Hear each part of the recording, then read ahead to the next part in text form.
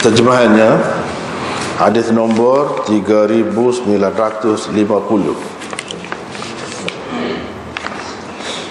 Imam Bukhari dengan sanadnya meriwayatkan daripada Abdullah bin Mas'ud. Beliau bercerita tentang Sa'ad bin Mu'adz Al-Ansari. Kata beliau, Sa'ad bin Mu'adz adalah kawan Umayyah bin Khalaf. Umayyah kalau lalu di Madinah akan singgah di rumah Sa'ad. Sa'ad juga kalau lalu di Mekah akan singgah di rumah Umayyah. Setelah Rasulullah sallallahu alaihi wasallam datang ke Madinah, Sa'ad pernah berangkat ke Mekah untuk membuat umrah. Di Mekah dia singgah di rumah Umayyah. Kata Sa'ad, yakni kepada Umayyah, carilah untukku waktu agak sepi untuk aku bertawaf di Baitillah. Waktu agak sepi di sekitar Kaabah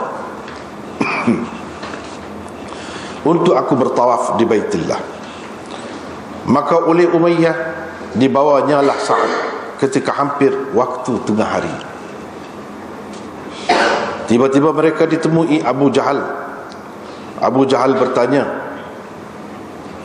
"Wahai Aba Safwan, siapa bersamamu ini?" Jawab Umayyah, "Ini Sa'ad."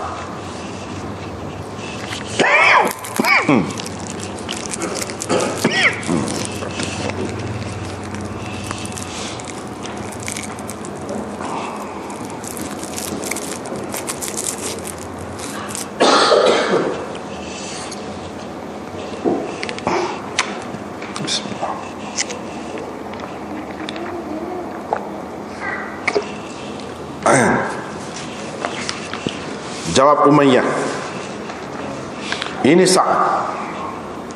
Abu Jahal lantas berkata, "Aku nampak engkau berkeliaran di Mekah dengan aman damai saja, padahal kamu telah memberi perlindungan kepada orang-orang yang telah berpaling tadah daripada agama nenek moyang mereka, yakni Subat. Bukan sekadar itu, kamu malah mendakwa akan menolong dan membela mereka. Demi Allah,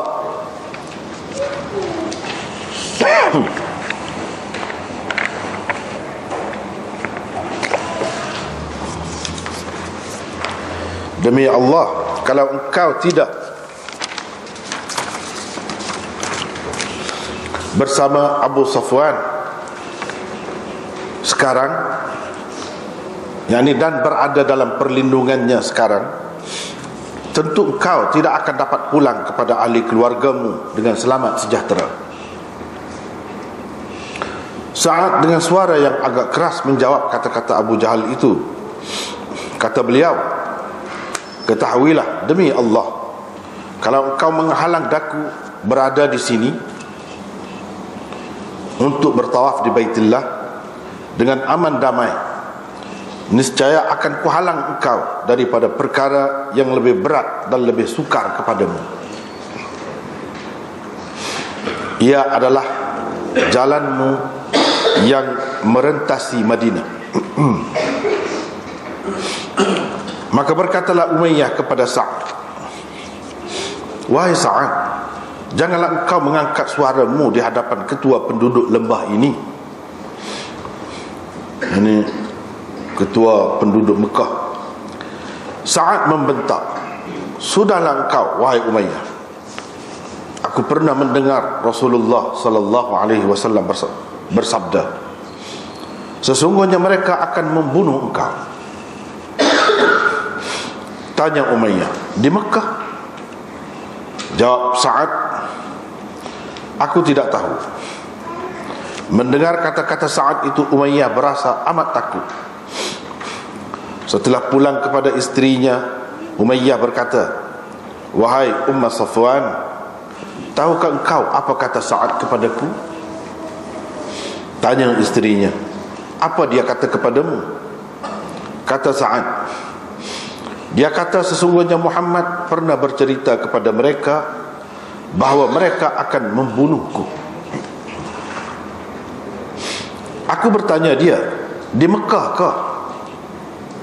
Dia menjawab, aku tidak tahu. Umayyah seterusnya berkata, demi Allah, aku tidak akan keluar dari Mekah.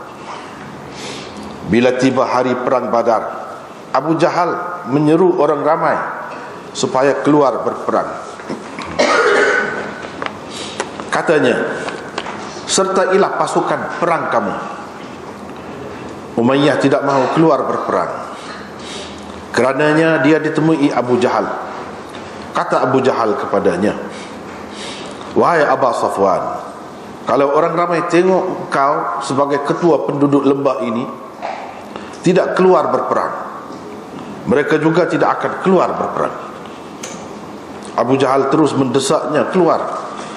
Akhirnya Umayyah berkata, baiklah, kalau begitu aku akan beli unta yang terbaik di Mekah ini.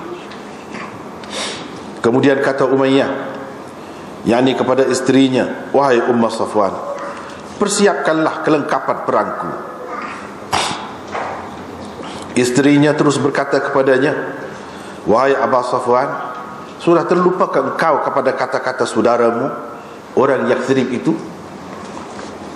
Kata Umayyah, aku tidak lupa, tetapi aku hanya akan pergi dekat saja bersama mereka. Setelah keluar, tidak Umayyah berhenti di sesuatu perhentian, melainkan ditambatnya untanya. Begitulah keadaan Umayyah, sehingga akhirnya ia dibunuh Allah di Badar. Itulah hadis satu saja di bawah bab kedua, Kitabul Maghazi. Sebelum ini kita sudah baca dah nota yang pertama, Kitabul Maghazi,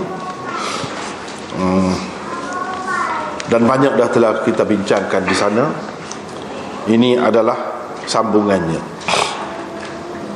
bab kedua, iaitu tajuknya bab zikrin Nabi sallallahu alaihi wasallam man yuqtalu bi Badrin.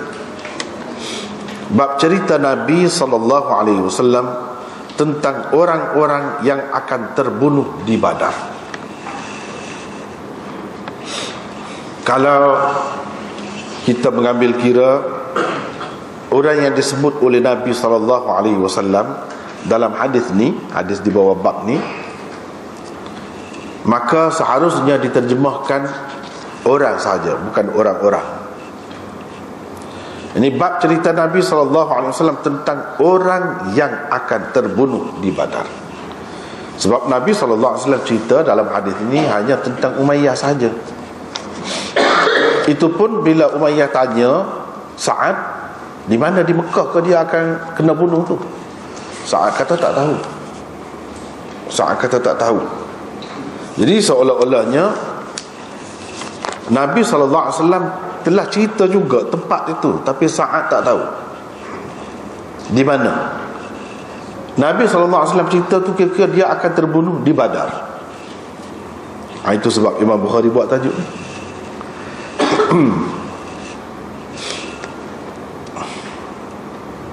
Nanti kita akan bincang dalam nota nanti.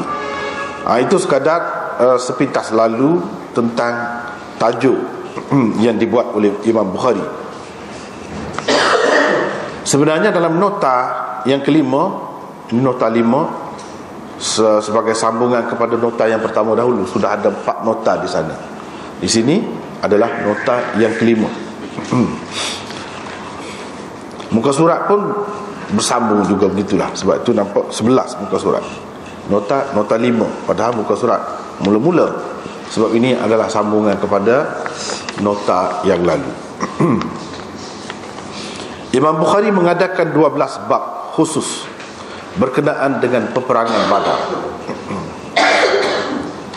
Ia bermula dengan bab zikrin Nabi sallallahu alaihi wasallam man yuqtalu bi Badrin, hingga Babu tasmiyati man summiya min ahli Badr. Ada 12 tajuk. Daripada sini sampai 12 tajuk, sebenarnya Imam Bukhari bercerita sekitar peperangan Badar. Yang sebelum ni adalah sebagai muqaddimah dia, sebagaimana telah kita bincangkan sebelum ni dalam nota yang pertama. Daripada sini bermula cerita tentang apa yang berlaku dalam peperangan Badar. 12 bab. Ini dalam nota ni baru 2. Banyak lagi lah. Tapi semuanya sekitar perang Badar.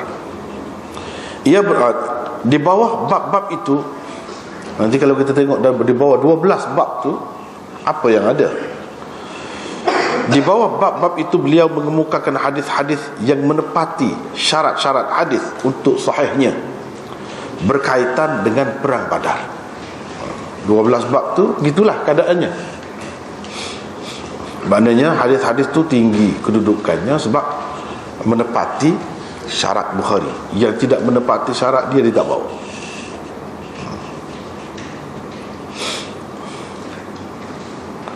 Beliau juga seperti biasa akan mengemukakan hadis-hadis yang walaupun secara langsung tidaklah berkaitan dengan perang Badar, namun oleh kerana ada juga sudut-sudut kesesuaiannya dengan perang Badar, maka ia dikemukakan di celah-celah bab itu.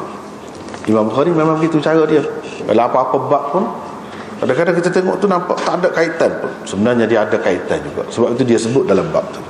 Seperti dalam 12 bab ni kita akan perhatikan ada setengah-setengahnya, termasuk yang pertama ni, termasuk yang di bab yang kedua ni, sebenarnya tidak secara langsung, tak ada sebut pun Badar tu dia terbunuh di Badar, tapi pada hakikatnya memang dia terbunuh di Badar. Jadi ada kaitan juga. Dari segi perkataan Badar itu dalam hadis yang kita baca tadi tak ada. Tak ada. Cuma Imam Bukhari buat kesimpulan. Dalam tajuk dia buat orang yang terbunuh di Badar. Imam Bukhari mengambil kira riwayat-riwayat yang lain di mana di dalamnya tersebut Umayyah ini salah seorang yang akan terbunuh di Badar. Tetapi oleh kerana hadis itu tidak menepati syaratnya,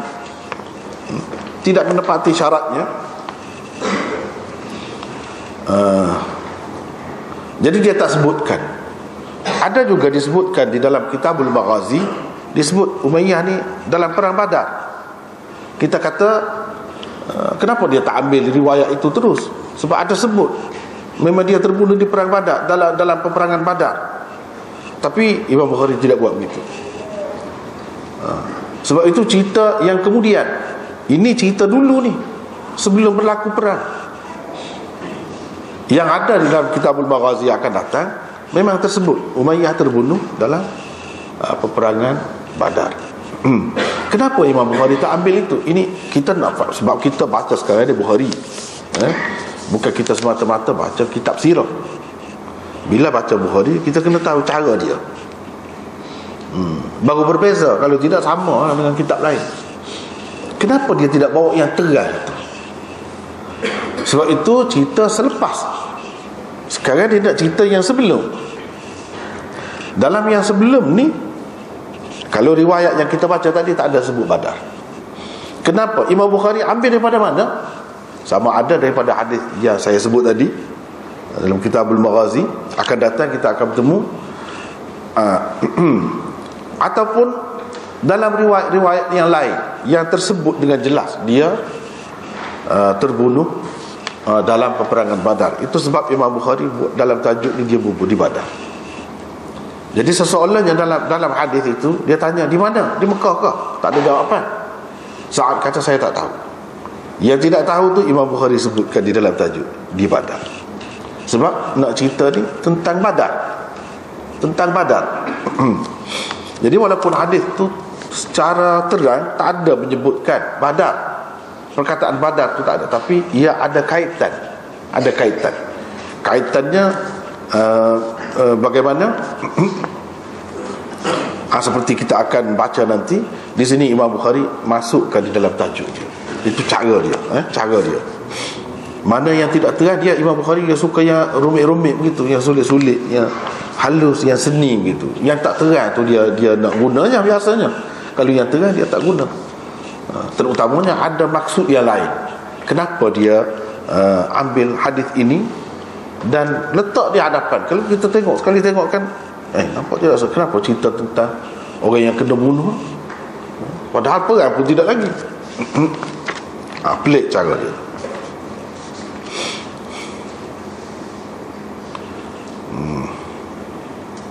Sekali pandang tajuk bab yang dibuat Bukhari ini agak janggal, kerana bukankah beliau baru hendak memulakan cerita tentang perang Badar? Apa artinya menceritakan tentang orang yang akan terbunuh dalam peperangan itu nanti? Kenapa dia mulakan cerita Badar ini dengan tajuk ini? Kenapa begitu? Anda mungkin berkata sepatutnya Imam Bukhari memulakan bab peperangan Badar dengan bab berikutnya. Ini bab selepas ni, bab yang ketiga tu. Kalau nak mula pun mulakan dengan itu, sebab itu lebih sesuai. Tetapi tidak begitu. Itu cara dia, seni dia lah. Seni, tafannun dia. Tafannun Imam Bukhari dalam menyusun bab. Iaitu bab qissati ghazwati Badrin. Ini bab kisah perang Badar. Kalau nak mula-mulakan dengan yang itulah sepatutnya. Tapi tidak, iaitu di sini selepas ni dia mulakan dengan yang ini. Kenapa?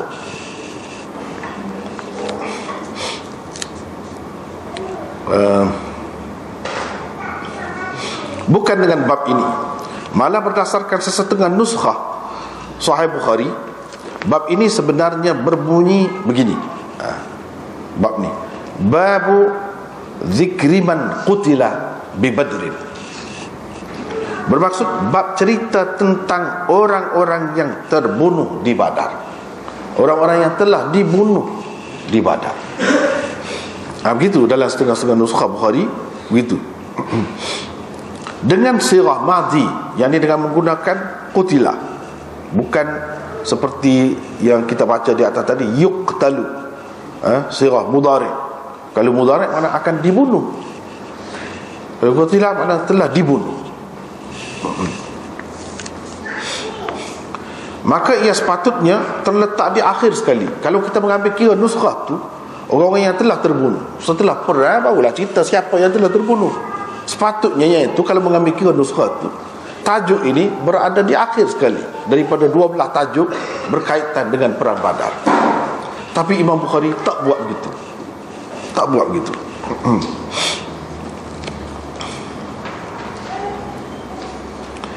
Soalnya kenapakah Imam Bukhari mendahulukannya daripada bab-bab yang lain? Itulah kemusykilan yang mungkin timbul di dalam kepala pembaca Sahih Bukhari yang kritis. Imam Bukhari memang terkenal dengan keunikannya menyusun bab-bab di dalam kitab sahihnya. Jadi apa tujuannya? Dengan berbuat begini, Imam Bukhari sebenarnya mahu mengisyaratkan kepada ramalan Nabi SAW tentang orang-orang kafir yang akan terbunuh dalam peperangan Badar. Jadi ini cerita Nabi tentang orang yang akan dibunuh. Tak kena bunuh lagi, tapi cerita tu disampaikan oleh Nabi SAW sebelum perang Badar. Sebab itu Imam Bukhari letak sebelum. Itu seni dia. Dia tidak letak kemudian. Sebab Nabi ada sebut dah sebelum berlaku perang Badar, lama sebelum itu dia ada sebut dah siapa yang akan terbunuh dalam peperangan Badar. Sebagaimana Nabi menyebutkan tentangnya lama sebelum berlaku peperangan Badar, maka Imam Bukhari ikut cara Nabi itu. Dia sebut yang ini dulu, yang akan terbunuh dulu, sebagai menyatakan ini adalah ramalan Nabi SAW. Dan ramalan itu berlaku sebelum berlakunya kejadian itu. Itu sebab Imam Bukhari letak di awal. Itu cara dia, seni dia tu. Kalau tidak kita kata apa dia, kenapa dia letak di sini, sepatut letak belakang.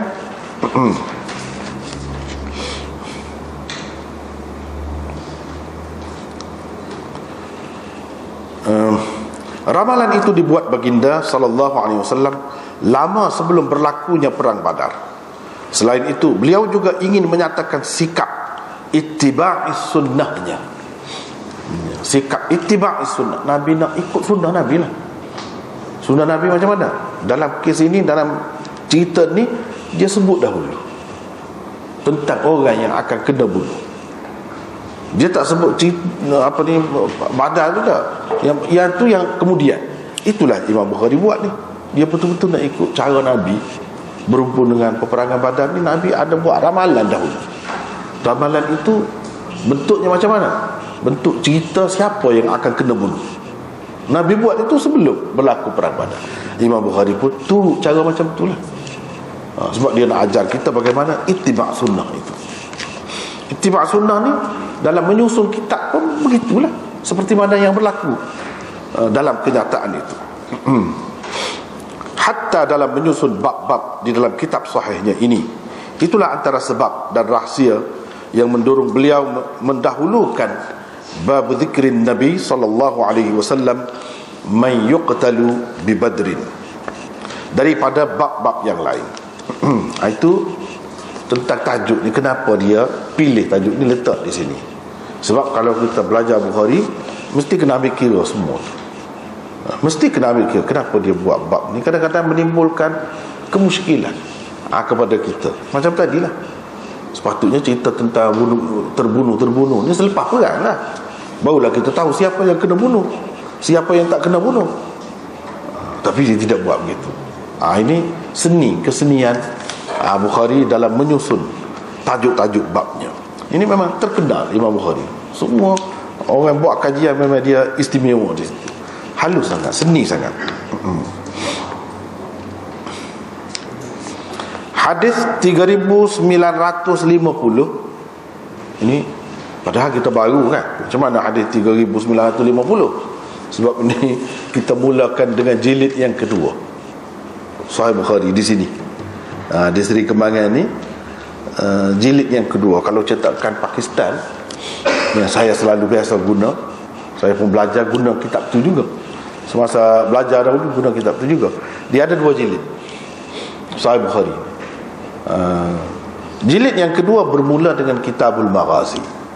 Jadi kita buat itulah, kita mulakan dengan jilid yang kedua. Jadi jilid yang kedua ni sudah 3950. Sebelum ni 3949. Ini yang ke-50. Hari ni, malam ni yang ke-50. 3950. Jadi banyak dah lah yang lepas tu. Adalah salah satu hadis yang mengandungi ramalan baginda tentang seorang kafir yang akan mati terbunuh. Dia adalah Umayyah, dan dia rupa-rupanya terbunuh di medan Badar. Jadi dalam hadis ni mengikut cerita Sa'ad, bila Umayyah tanya di mana dia akan kena bunuh, di Mekah ke? Umayyah kata saya tak tahu. Rupa-rupanya yang dia tidak tahu tu dia terbunuh di medan Badar.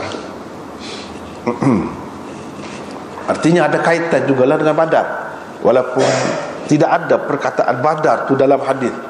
Yang ni 3950 tadi yang kita baca tu tak ada sebut. Tetapi yang sebenarnya dia mati di situ. Dan Imam Bukhari tahu berdasarkan riwayat-riwayat yang lain. Sebab itu dia sebut di sini orang yang dibunuh di Badar berdasarkan riwayat yang lain. Kalau nak tengok riwayat ini tak ada. Tengok riwayat ini tak ada sebut. Itu satu cara juga tu. Kadang-kadang kita kata dia bawa hadis ini, mana ada sebut terbunuh di Badar. Bahkan Sa'ad kata tak tahu akan kena bunuh di mana, tak ada sebut di Badar. Imam Bukhari nak mengajar kita, kadang-kadang kita nak tahu sesuatu perkara tu daripada hadis, tak dapat tahu daripada satu hadis ni, kita kena tengok hadis lain. Dalam yang lain tu akan ada tersebut. Jadi kita boleh buat kesimpulan seperti yang dia buat kesimpulannya. Jadi orang yang akan terbunuh di Badar ni siapa? Umayyah tu lah. Kita tahu macam mana dia terbunuh di Badar, tengok riwayat lain. Tengok riwayat lain.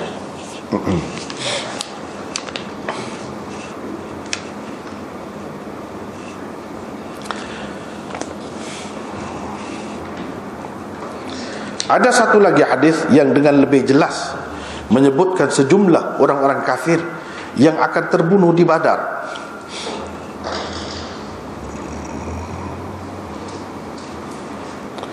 Ia diriwayatkan oleh Muslim dan lain-lain, tetapi oleh kerana ia tidak menepati syarat untuk Sahih Bukhari, Bukhari tidak mengemukakannya di sini. Beliau sekadar mengisyaratkan kepadanya sahaja. Kenapa Imam Bukhari itu guna bahasa isyarat saja?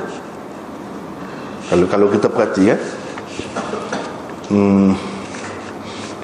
kalau orang yang tidak belajar bahasa Arab, nahwu Arab, dia tak berapa nak, orang kata tak berapa jijak. Kalau kita cerita pun dia tak berapa jijak, tak berapa faham lah. Cuba kita perhati apa maksud saya kata ni. Bukhari tidak mengemukakannya di sini. Beliau sekadar mengisyaratkan kepadanya sahaja. Cuba kita perhati tajuk bab cerita Nabi SAW tentang orang-orang yang akan terbunuh di Badar. Tadi saya sudah sebut dah. Kalau nak kira hadis di bawah tajuk yang kedua ni, yang disebutnya akan mati itu seorang. Saya buat terjemahan orang-orang. Itu bukan seorang, ramai tu. Macam mana saya tahu? Saya terjemah orang-orang, nanti orang kata mana mandai pula. Tak, dia ada kaedah dia. Ada kaedah dia. Imam Bukhari nak isyarat lah. Inilah, dia tak kata Umayyah terbunuh di medan Badar. Dia tak sebut gitu. Begini dari segi kaedahnya saya nak cerita sedikit. Sebab man itu dalam tajuk zikrin Nabi SAW, man itu dipanggil isim mausul. Dalam nahwu Arabnya dipanggil isim mausul. Isim mausul ni ada banyak bahagian dia, banyak pecahan. Ini dipanggil mausul mustarak. Mausul mustarak. Mausul mustarak dia ada mausul nas. Nah, mausul mustarak berarti dia boleh dikongsi, digunakan untuk satu mufrad, untuk dua, untuk lebih daripada dua jawab boleh. Untuk lelaki boleh, untuk perempuan boleh, semua boleh. Itu maksud man. Bila guna man boleh, seorang pun boleh. Jadi bila dia kata man yuqtalu, cuba tengok, dipanggil silahnya. Sebab isim mausul ni dia ismi, isim mausul ismi berkehendak kepada silah dan aid. Jadi yuqtalu itu silah dia. Yuqtalu tu kalau kita perhatikan, itu fi'il mudhari' untuk mufrad, seorang. Jadi orang yang akan dibunuh, seorang yang akan dibunuh, seorang lah kiranya. Tapi kalau kita nak kata orang-orang, beberapa boleh juga. Sebab man itu mausul mustarak. Man itu mausul mustarak. Bila mausul mustarak, dia boleh digunakan untuk banyak pun boleh, ramai pun boleh. Lepas tu kita kata, mana boleh kita kata ini untuk ramai, sedangkan silah dia tu untuk satu, selepas itu yuqtalu. Kita tak boleh kata begitu. Sebab dari segi kaedahnya, yuqtalu itu dia mengambil kira lafaz man itu, tapi dari segi maknanya dia boleh mengandungi makna jamak juga. Inilah yang Imam Bukhari isyarat tu. Jadi dari segi lafaz hadis, dari segi apa yang tersebut dalam hadis, seorang yang mati, yang kena bunuh, iaitu Umayyah, tepat juga dengan man. Dan yuqtalu itu tepat. Dan Imam Bukhari nak isyarat sebenarnya yang Nabi ramal dia bukan seorang ni saja, ramai lagi yang lain. Tapi kenapa Nabi SAW, kenapa Imam Bukhari tak bawa hadis itu yang ramai tu? Yang ramai itu duduk di lain hadis tu. Jadi Imam Bukhari isyaratlah dengan man itu. Sebab itu kita kata tentang orang-orang, tidak salah, boleh. Itu artinya guna man. Kalau dia guna alladhi, itu mausul nas, bukan mustarak. Allati, alladzina, allati, itu memang khusus, tak boleh tukar-tukar, tak boleh. Tapi kalau yang ni tak, semua boleh masuk ni. Itu tengok cara dia buat tajuk tu, memang kemas. Dia guna perkataan tu memang perkataan yang boleh masuk, semua boleh masuk. Jadi kalau berdasarkan hadis di bawah bab yang kedua ni, hanya seorang saja boleh masuk juga di bawah tajuk ni. Kalau ramai boleh masuk juga, sebab hakikatnya ramai, bukan Umayyah saja yang kena bunuh. Kenapa Nabi SAW tak sebut yang itu? Imam Bukhari tak ambil yang itu? Sebab tidak menepati syaratnya. Hadis itu ada dalam Muslim. Muslim dia tinggi juga kan, hadis Bukhari Muslim, selalu orang sebut Bukhari Muslim.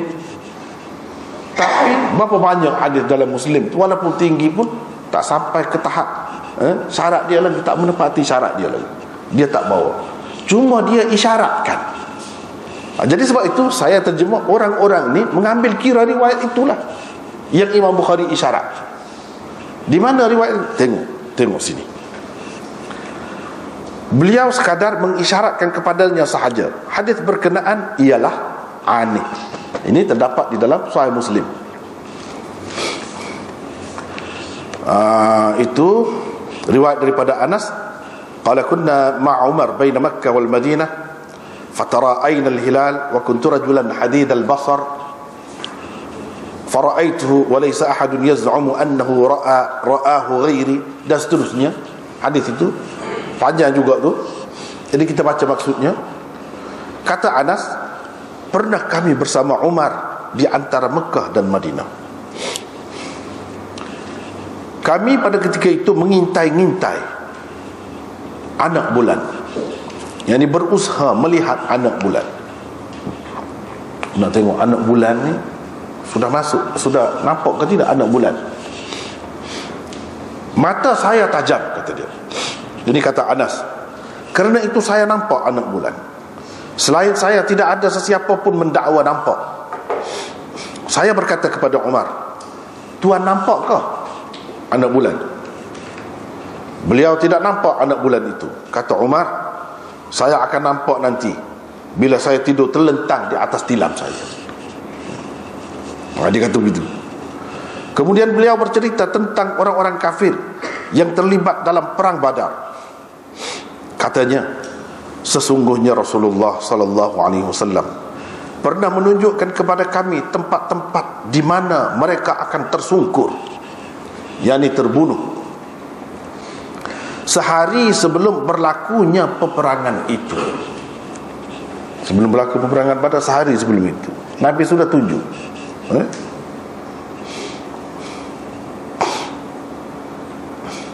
Kata baginda sallallahu alaihi wasallam, ini tempat si fulan tersungkur, terbunuh, besok insya-Allah.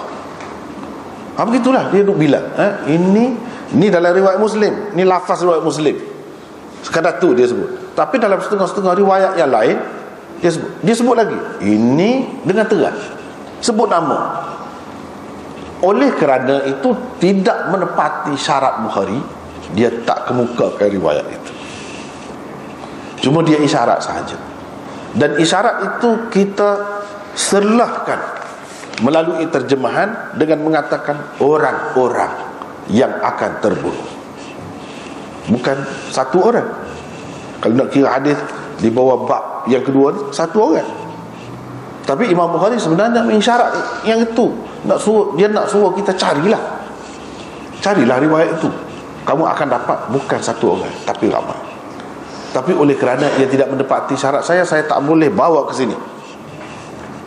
Ada yang sebut dengan terang, orang ni di sini. Nabi kata, orang ni akan tersungkur di sini. Dia pergi tunjuk di tempat-tempat Badar.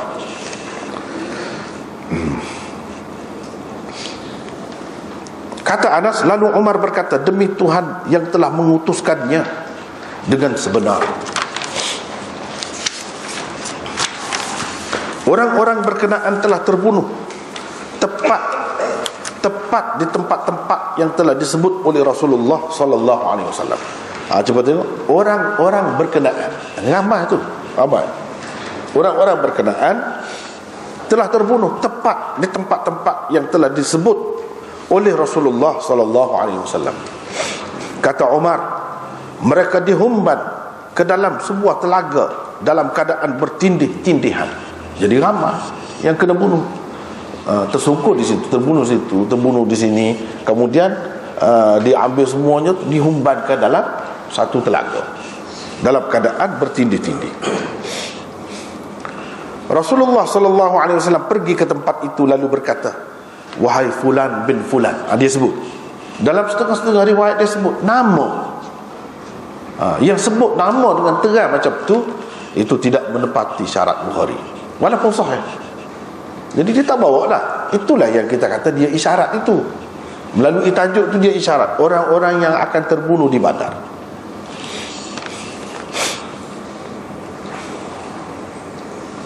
Wahai fulan bin fulan, apakah kamu telah mendapati benar apa yang telah dijanjikan oleh Allah dan Rasulnya kepadamu? Sesungguhnya aku telah mendapati benar apa yang telah dijanjikan oleh Allah kepadaku. Dia bercakap dengan orang-orang mati itu, dengan orang kafir yang terbunuh dalam perang Badar itu. Tanya Umar, bagaimana Tuhan bercakap dengan tubuh-tubuh yang tidak bernyawa itu? Jadi apa gunanya bercakap dengan tubuh yang tidak bernyawa itu? Jawab baginda sallallahu alaihi wasallam, kamu tidak lebih baik mendengar ucapanku ini daripada mereka. Artinya mereka dengar semua yang dicakapkan oleh Nabi sallallahu alaihi wasallam itu, dengar semua. Tidak lebih baik. Tidak kata orang yang hidup ni lebih baik dalam mendengar ucapan Nabi sallallahu alaihi wasallam itu. Tidak. Yang mati itu lebih kurang sama dari segi mendengar apa yang diucapkan oleh Nabi sallallahu alaihi wasallam itu.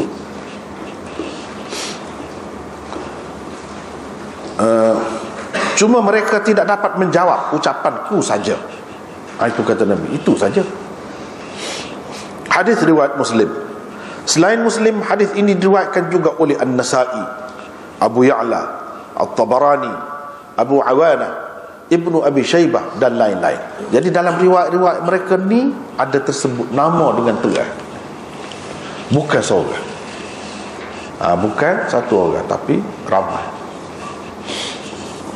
Itulah yang Imam Bukhari isyaratkan dengan menggunakan perkataan man, isim mausul mushtarak. Isim mausul mushtarak, seperti yang saya kata tadi, bukan mausul nas, bukan mausul yang menunjukkan satu, macam alladhi untuk seorang lelaki, allati seorang perempuan, alladhani dua orang lelaki. Tak boleh dah guna alladhani untuk dua orang perempuan, tak boleh. Dia tetap macam tu. Tapi man tidak begitu. Boleh untuk lelaki, boleh untuk perempuan, boleh untuk seorang, boleh untuk ramai, boleh. Imam Bukhari guna perkataan itu. Dia guna perkataan itu menunjukkan kehebatan dia. Kehebatan dia. Dia nak isyarat. Dia nak isyarat kepada yang ramai. Di hadis di bawah ni dia nak jaga juga. Yang di bawah ni seorang sebut, itu pun dia nak jaga juga. Nak isyarat kepada yang ramai pun dia nak isyarat juga. Jadi dia guna perkataan man. Di situ nampak kepakaran dia, kehebatan dia.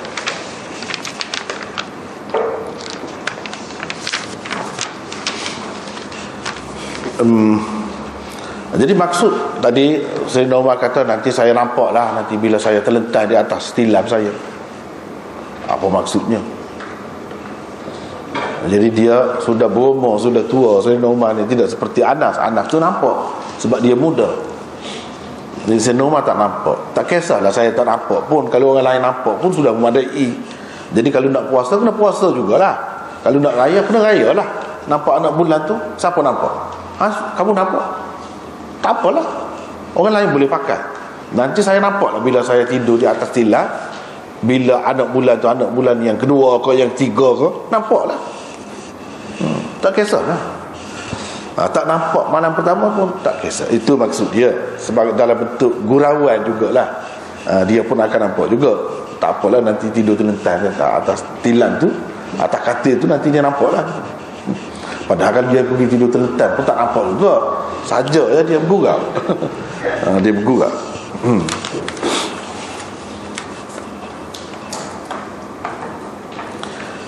Baik, beza di antara hadis ini dengan hadis Ibnu Mas'ud yang dikemukakan oleh Bukhari di atas terletak pada 3 perkara berikut. Kalau kita perhatikan hadis riwayat Muslim tadi, itu hadis yang diriwayatkan oleh Umar. Hadis yang Imam Bukhari bawa ni, yang kita baca tadi, itu hadis Ibnu Mas'ud yang termasuk di bawah Musnad Ibnu Mas'ud. Apa bezanya? Ada beza. Satu, hadis ini disabdakan oleh baginda sallallahu alaihi wasallam sehari sebelum berlakunya perang Badar. Sementara hadis Bukhari di atas telah disabdakan oleh baginda lama sebelum itu. Itu bezanya. Satu yang kita perlu faham. Yang Sayyidina Umar kata tu, sebab dalam hadis tu sendiri sebut sehari sebelum berlaku peperangan itu, Nabi SAW sudah kata ini tempat si fulan tersungkur. Tersungkur tu maksud terbunuh lah. Besok insyaAllah. Besok. Jadi dia cerita tu, ramalan dia tu sebelum, sehari sebelum. Dan tepat, semuanya tepat. Adapun yang dalam ni, dalam hadis yang kita baca ni, hadis Ibnu Mas'ud ni, dia cerita ni kepada Sa'ad dengar Rasulullah SAW cerita Umayyah ni akan mati, kena bunuh. Cuma Sa'ad dia tak tahu kena bunuh di mana. Orang lain ada tahu, tapi yang orang lain tahu tu tidak menepati syarat Imam Bukhari. Dia tak boleh bawa, dia tak boleh bawa ke sini. Itu jadi susah dia banyak. Apabila dia beriltizam untuk kemukakan hadis-hadis yang menepati syarat dia saja, banyaklah yang dia bertemu tapi tidak menepati syarat dia, walaupun sahih dia tak boleh kemukakan. Susah juga dia apabila dia beriltizam begitu. Jadi yang ni dia cerita tu lama sebelum itu, bukan sehari dua sebelum berlaku perang Badar, tidak, tapi lama sebelum itu. Dan ini semua perlu diingat. Apa maknanya? Apabila Nabi SAW telah lama sebelum berlaku perang Badar itu dia sudah ramalkan akan berlaku di sini apa peperangan. Nanti dia ada perbincangan besar akan datang, tapi tak sampai masa dia lagi. Akan datang tu kena ingat itu. Apa makna ini semua ni? Nabi SAW sudah ramal sebelum, lama sebelum, sehari sebelum. Nanti ada perkara, apabila kita ingat yang ini, saya akan sebut nanti akan terbuka. Tapi kalau tak ingat ini, tak nampak. Tak nampak.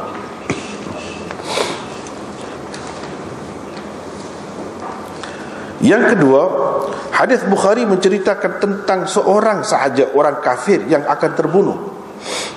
Hadis Umar pula menceritakan beberapa orang dari kalangan mereka yang akan terbunuh. Jadi Imam Bukhari guna man tadi untuk yang tersebut di dalam hadisnya, man seorang, untuk seorang. Imam Bukhari isyarat kepada hadis Umar yang ramai terbunuh tu, dia guna man juga. Dia guna man juga. Sebab man itu mausul mustarak. Jadi kedua-dua dia pakai. Macam kita kata serampang dua mata lah. Serampang dua mata. Cara Imam Bukhari guna, dia maksudkan kepada hadis ni lah. Hadis-hadis lain yang menyebutkan ramai yang akan terbunuh itu telah diramal oleh Rasulullah sallallahu alaihi wasallam. Yang ketiga, hadis Ibnu Mas'ud yang dikemukakan Bukhari menceritakan bahawa Umayyah akan terbunuh, tetapi tidak dinyatakan di mana tempatnya. Hadis Umar yang dikemukakan oleh Muslim dan lain-lain itu pula menceritakan dengan jelas mereka akan terbunuh di Badar. Cuma hadis Muslim tadi tak ada sebut. Dia sebut tempat fulan bin fulan tersungkur, gitu saja. Tapi dalam riwayat lain ada sebut nama jelas. Jadi berdasarkan riwayat-riwayat yang lain yang juga sahih itu telah pun disebut nama Umayyah ni. sebagai salah seorang yang akan terbunuh dalam peperangan Badar. Hadis Muslim hanya fulan bin fulan, gitu saja. Bagaimanapun kedua-dua hadis mengandungi ramalan Nabi sallallahu alaihi wasallam yang merupakan mukjizat yang nyata, kerana ia menggambarkan suatu peristiwa yang belum berlaku dan kemudiannya ia berlaku tepat seperti yang diramalkan. Jadi ini pun satu bentuk mukjizat juga sebenarnya. Jadi orang yang tak terima mukjizat itu susah juga. Berapa banyak kan benda-benda macam ni kita nak kata apa kalau kita tidak nak kata mukjizat? Dengan sebut nama semua, sebut tempat semua, dan didapati tepat seperti yang Rasulullah SAW kata. Bukan satu orang sahabat yang dengar, ramai pula tu yang dengar. Jadi ini semua hadis-hadis ini menggambarkan mukjizat Nabi SAW. Tetapi mukjizat itu nyata dalam peperangan Badar. Apa yang diramal tu, ramalan itu berkenaan dengan Badar, ada kaitan jugalah dengan Badar. Itulah bab yang kedua, ya. Kita baru pergi masuk hadisnya. Di situ ada beberapa tempat yang perlu dihuraikan. Abdullah bin Mas'ud menceritakan Sa'ad bin Mu'adz adalah kawan Umayyah bin Khalaf. Jadi Umayyah ni salah seorang ketua kafir Quraisy di Mekah. Sama lah dengan kedudukan Abu Jahal apa semua tu, Utbah apa semua tu, sama. Salah seorang tokoh ketua Quraisy. Tapi dia ni jenis lain sikit daripada ketua kafir yang lain, kafir Quraisy yang lain. Dia baik juga, ada juga dengan orang Islam ni dia baik. Macam di sini dengan Sa'ad ni dia baik. Inilah dalam hadis Bukhari disebutkan, kalau Sa'ad pergi ke Mekah ataupun dia lalu saja, dia akan singgah di rumah Umayyah. Baiklah, Umayyah pun kalau pergi ke Madinah, dia akan singgah di rumah Sa'ad. Dan ini menunjukkan bahawa perhubungan orang kafir dengan orang Islam bukan tak boleh bertikam bayang, orang kata. Tak boleh pergi mari, boleh bersahabat. Itu pengajaran. Maksudnya dia pergi ke Madinah. Bila pergi ke Madinah, Madinah tu di bawah pemerintahan Islam. Jadi Rasulullah SAW tak halang dan tidur di rumah kawan dia tu, padahal dia tidak Islam. Yang ni pun kalau pergi ke Mekah tidur rumah dia. Jadi rapat jugalah, rapat.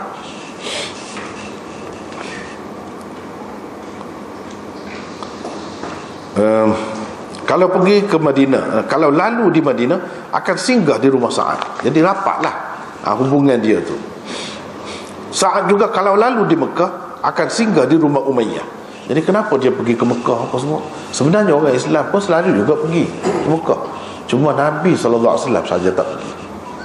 Sebab Nabi sendiri ketua kan, memang yang dia nak marah sekali lah. Yang dia paling nak marah Rasulullah lah, orang kafir Quraisy ni. Kalau yang lain-lain tu dia tak kisah sangat. Jadi boleh sebelum Rasulullah SAW pergi ke Mekah, selepas dia berhijrah, sebelum Rasulullah SAW pergi ke Mekah untuk buat umrah pada tahun yang ke-6, 6 tahun setelah berhijrah, baru Nabi nak pergi nak buat umrah. Itu pun gagal. Mereka tak benarkan, orang kafir Quraisy tak benarkan Nabi SAW masuk.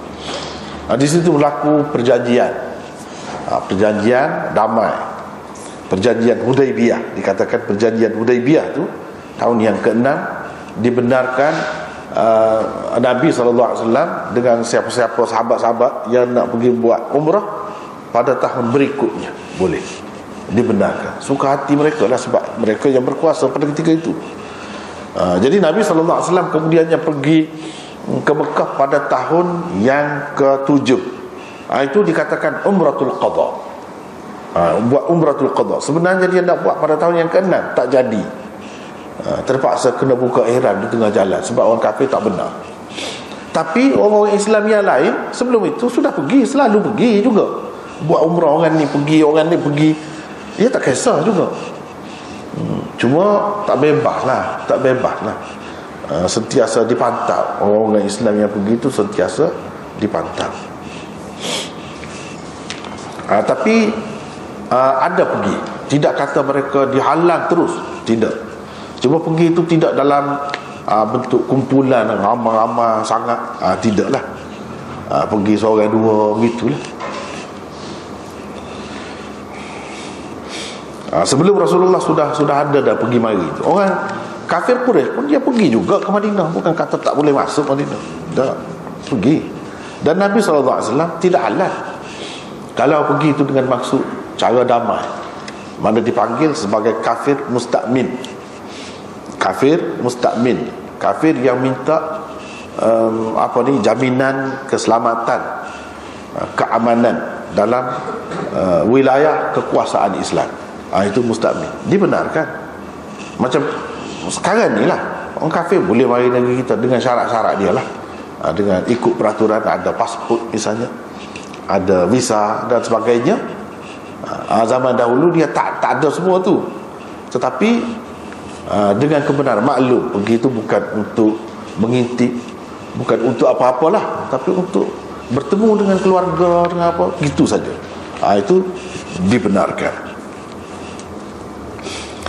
Cuma mereka tak pergi itu kerana setengah-setengahnya ditakut-takutkan oleh pemimpin-pemimpin mereka. Kalau pergi nanti masuk Islam, nanti berubah fikiran kamu, kamu jadi sesat, macam-macam lah. Itulah. Sebab tu tidak bebas juga. Orang kafir tu pergi ke Madinah tidaklah ramai sangat, tapi pergi tu ada. Dan Nabi SAW dia tidak halal, tidak. Bahkan itulah peluangnya untuk orang kafir ni. Bila pergi ke Madinah, dia tengok macam mana kehidupan orang Islam. Yang selama ni dia sangka buruk tu kepada orang Islam, macam mana kehidupan dia sebenarnya. Dia boleh tahu. Itu sebab Nabi SAW benarkan. Jadi ceritanya pernah saat ni pergi ke Mekah untuk mengerjakan umrah, buat umrah. Jadi dia pun ialah serba salah juga, tak senang hati juga. Sebab orang kafir tu yang berkuasa, ikut dia lah nak buat cara dia. Berapa banyak penyelewengan yang mereka lakukan dalam apa yang dinamakan sebagai ibadat tu, umrah ke haji ke. Orang kafir pun ada buat juga cara dia. Cara dia banyaklah yang menyelewengnya. Itulah sebab Sa'ad tak suka lah. Jadi dia minta Umayyah cari satu masa yang agak sepi sekitar Kaabah untuk dia pergi bertawaf. Dia pun tak maulah bersesak-sesak dengan orang kafir yang beribadat dengan cara tak betul, dengan cara tak betul tu. Dah kalau haji tu setengah-setengahnya ada yang pergi tawaf, pergi ke Mekah tu dengan bertelanjang, berbogel tu telanjang bulat pun ada. Jadi banyak perkara lah. Sebab itu Nabi SAW tak pergi. Dia pergi selepas dia berkuasa, selepas semua bersih. Tahun yang ke-10 baru dia pergi untuk buat kerja haji. Setelah diisytiharkan beberapa tahun sebelum itu. Fatih Mekah jatuh ke tangan Rasulullah SAW pada tahun yang ke-8. Tahun yang ke-8 dia sudah ada dah haji, pergi dah. Dia isytihar. Tahun yang ke-9 isytihar juga, tak boleh bertelanjang misalnya. Tak boleh begini-begini, tawaf dalam buat ibadat tak boleh begini. Tahun yang ke-10 baru dia pergi, setelah bersih betul-betul. Tahun yang ke-8 tu dia sudah bersih dah. Kaabah tu sendiri penuh dengan berhala-berhala dulu. Namun begitu, orang Islam yang duduk di Madinah tu menghadap Kaabah tu juga.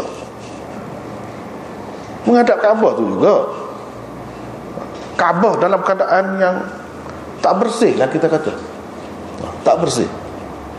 Kemudian kalau pergi buat umrah, Kaabah tu di bawah kekuasaan orang kafir. Nanti dalam kesimpulan ataupun pengajaran dan pedoman yang dapat kita ambil daripada hadis ni, banyak sangat yang saya buat ini. Kita banyak pengajaran dapat situ. Misalnya, walayadzubillah, minta jauh, Kalau Mekah tu dikuasai oleh orang kafir, macam mana? Kalau diisi patung, berhala, apa semua dalam tu, macam mana? Sudah ada dah pengajaran sebenarnya. Nabi SAW dengan sahabat dia semasa di Madinah tu, sebelum Mekah tu jatuh ke tangan Islam, tidak dia menghadap Kaabah tu juga. Kaabah tu di bawah kuasa siapa pada masa tu? Mekah tu siapa yang menguasainya pada masa tu? Orang kafir. Jadi kita seperti biasa juga. Itu saya buat dalam kesimpulan ini banyak. Kita boleh tengok di sini muka surat 17, tapi tak sampai lagi lah. Saya buat sampai 17 kesimpulan pengajaran dia, pedoman yang dapat kita ambil daripada hadis ni saja. Daripada hadis ni saja berapa banyak kesimpulan, pengajaran, panduan yang kita dapat ambil.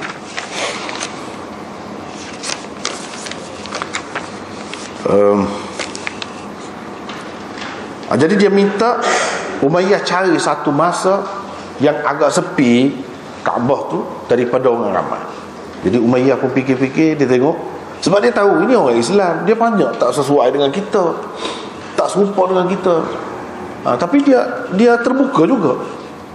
Jadi ada orang kafir yang macam tu. Kalau macam Abu Jahal tu tak terbuka langsung, memang maklum, tak terbuka langsung. Dia kira nak gaduh, ya, dia kira nak gaduh. Tapi ada juga ketua-ketua kafir tu macam ni. Dia tolonglah memudahkan kerja orang-orang Islam tu. Ada ketikanya dia bertolak ansur. Macam di sini dia pun fikir masa ni lah agaknya masa sepi. Dia kata sebelum tengah hari sikit kamu pergi. Dia pun pergi, dia keluar pergi pergi berjumpa dengan Abu Jahal. Itu cerita kan ni. Dia ingat kata ada siapa lah. Biasanya tengah hari ni kalau panas, orang tak keluar rumah, duduk dalam rumah. Jadi dia bebas lah nak buat ibadat tu. Kalau nampak pelik, berbeza pun, tak ada siapa yang nak kata apa.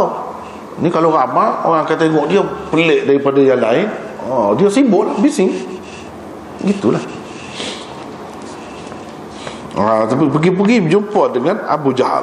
Abu Jahal dia memang kaki gaduh.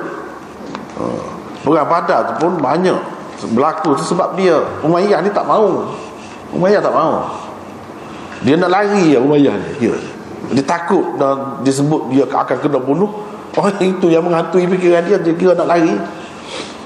Tapi Abu Jahal tidak. Abu Jahal dia keras. Memang dia mati dalam perang Badar lah. Abu Jahal mati dalam perang Badar.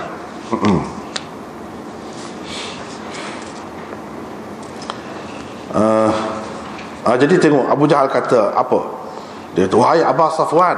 Aba Safwan itu kunyah Umayyah. Dia orang Arab ni, dia guna dipanggil nama panggilan. Ummu, Abu, Ibnu, dia guna begitu. Mereka lebih mesra dengan panggilan itu daripada nama sebenar. Wahai Aba Safwan, siapa bersamamu ini? Sa'ad bin Mu'adh ni siapa? Dia ni ketua puak-puak Ansar. Ketua puak-puak Ansar.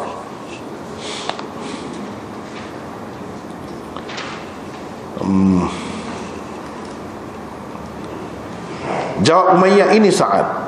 Abu Jahal lantas berkata, jadi dia sudah dengar, dia sudah tahu dah juga.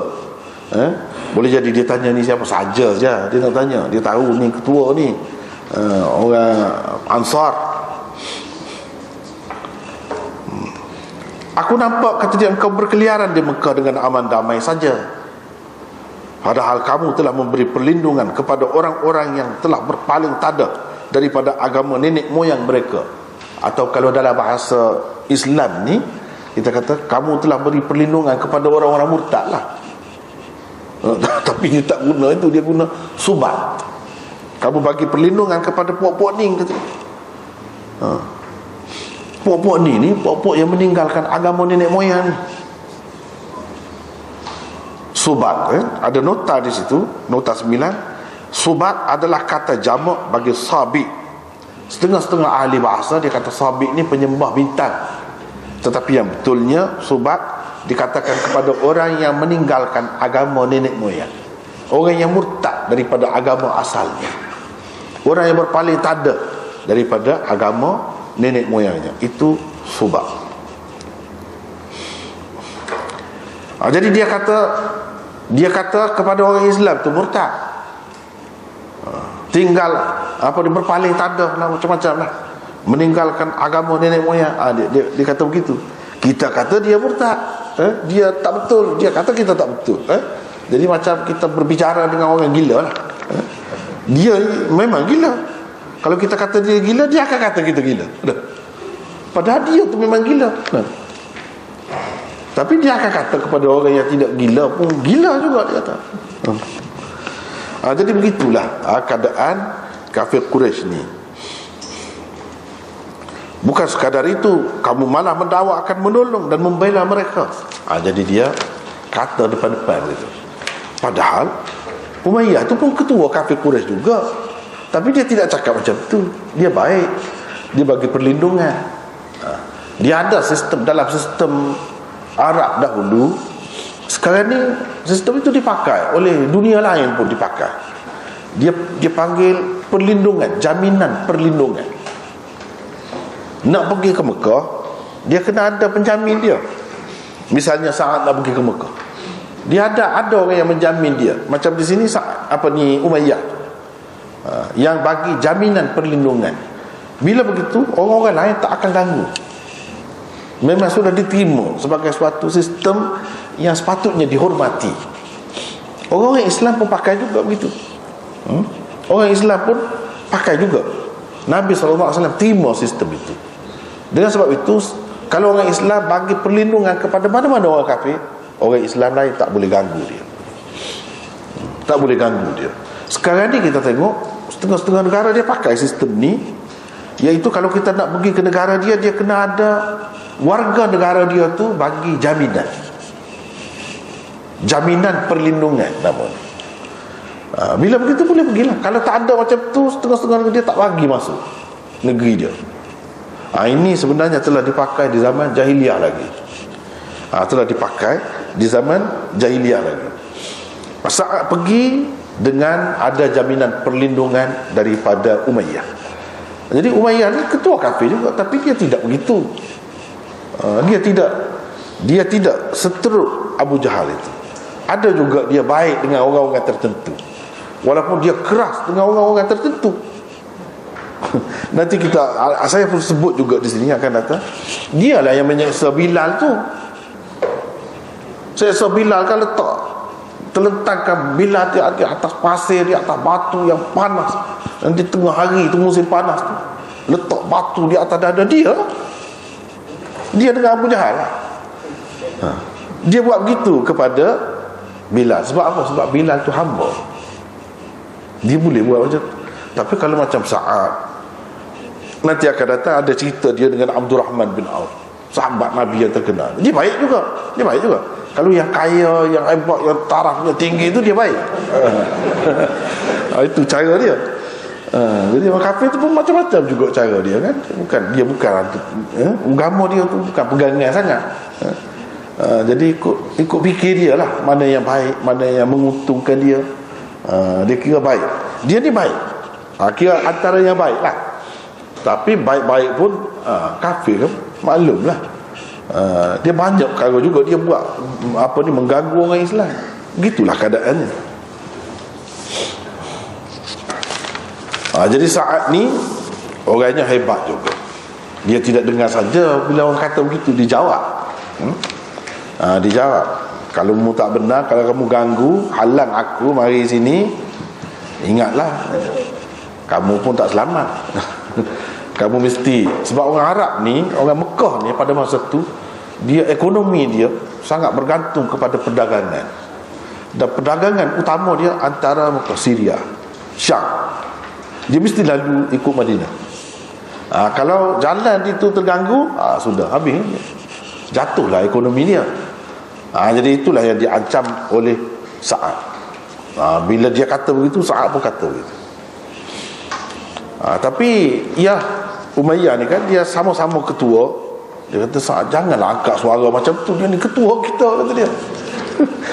Dia ketua orang sini ni, ketua lembah ni, ketua Mekah. Janganlah angkat suara macam tu. Jadi Sa'ad kata, sudahlah engkau, kata dia, Umayyah, Jangan nak bela dia lah.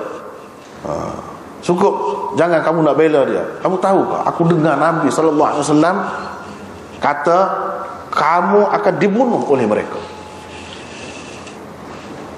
Terkejutlah Umayyah. Terkejut. Dibunuh oleh mereka tu siapa? Ada dua pendapat. Kebanyakan ulama mengatakan mereka tu maksudnya orang-orang Islam. Kamu akan dibunuh oleh orang-orang Islam. Tetapi Kirmani, salah seorang pensyarah Sahih Bukhari yang masyhur, dia kata mereka tu maksudnya puak-puak Abu Jahal. Kamu sekarang ni nak bela sangat dia. Kamu tahu kau, Nabi SAW sudah kata mereka akan bunuh kamu. Mereka tu maksudnya Abu Jahal dan orang kafir. Dia terkejutlah, ada satu ni. Macam mana Abu Jahal akan bunuh dia? Abu Jahal tu kawan baik dia. Itu dia jadi peninglah dia. Jadi mengikut Kirmani, mereka akan bunuh kau tu. Mereka tu siapa? Abu Jahal. Rupanya dalam cerita kemudian, dia bukan bunuh secara langsung, tapi atas desakan Abu Jahal itulah dia keluar pergi perang tu. Asalnya dia tak mau pergi dah, perang Badar tu dia tak mau pergi, tapi atas desakan Abu Jahal. Di situlah betul juga kalau kata mereka tu maksudnya Abu Jahal, sebab dia menjadi sebab kepada terbunuhnya. Jadi dikatakan sebagai pembunuh jugalah. Tetapi yang membunuh sebenarnya bukan Abu Jahal. Bila dia keluar, dia menghadapi orang Islam. Orang Islam lah yang telah membunuh dia. Nanti kita akan tengok macam mana peristiwa dia terbunuh tu. Teruk juga apa.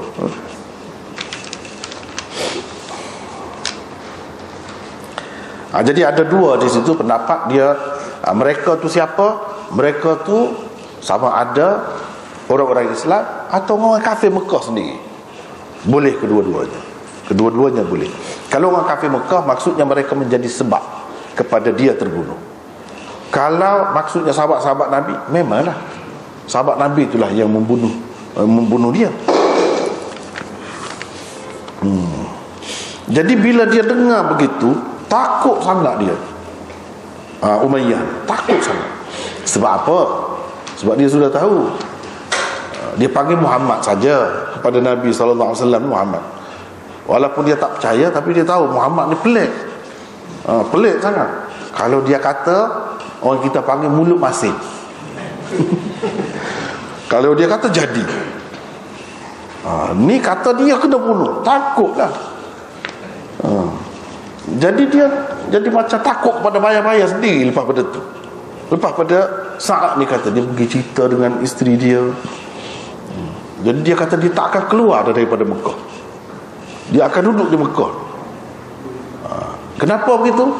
Sebab dengan duduk di Mekah, kira-kiranya dia lebih selamat. Di Mekah tempat tanah tumpah darah dia. Ramai ahli keluarga, sanak saudara dia, orang-orang yang bersimpati dengan dia. Dan akan banyak tempat dia boleh berlindung. Sebab tempat dia sendiri. Yang pertama. Yang kedua, kenapa dia memilih Mekah, tak mau keluar daripada Mekah? Sebab Mekah adalah tanah haram. Umumnya tanah haram. Bila tanah haram, orang tak akan menceroboh semena-mena. Jadi dengan cara begitu dia lebih selamat. Kalau dia keluar daripada Mekah, berarti dia mendedahkan dirinya kepada bahaya. Jadi dia bersumpah dia tak mau keluar Mekah. Takutnya kepada mati itu begitulah.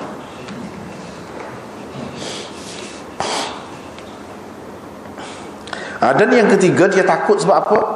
Dia takut tak mau keluar daripada Mekah tu. Dia takut matilah, kena bunuh.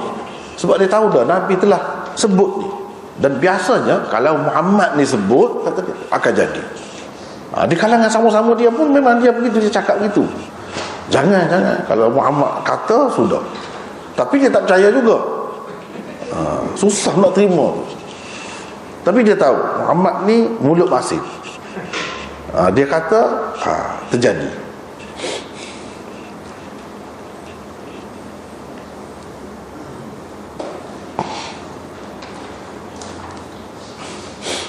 Lepas tu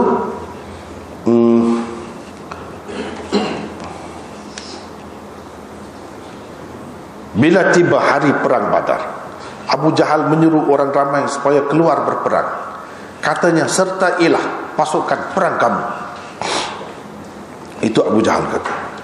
Umayyah tak mau keluar berperang. Dia tak mau pergi, tak saya pergi, perang. Tak mau pergi perang. Kerananya dia ditemui Abu Jahal. Jadi sehingga Abu Jahal pergi secara khusus bertemu dengan dia. Kata macam-macam. Ada yang kata dia podat, ada yang bawa itu dalam sirah lah, dalam sirah yang bawa gelang, bawa subang pergi dia pakai ni. Dia tak mahu keluar, padahal dia ketua. Abu Jahal pun pergi pujuk dia. Abu Jahal kata, kalau kamu tak keluar, kamu ketua, orang lain tak akan keluar juga. Susah, macam mana? Jadi dia kata, kalau begitu terpaksalah dia keluar. Tapi dia kata dia nak beli unta yang paling baik. Unta yang paling baik tu maksudnya unta yang paling laju lah. Kalau nak lari, boleh lari cepat.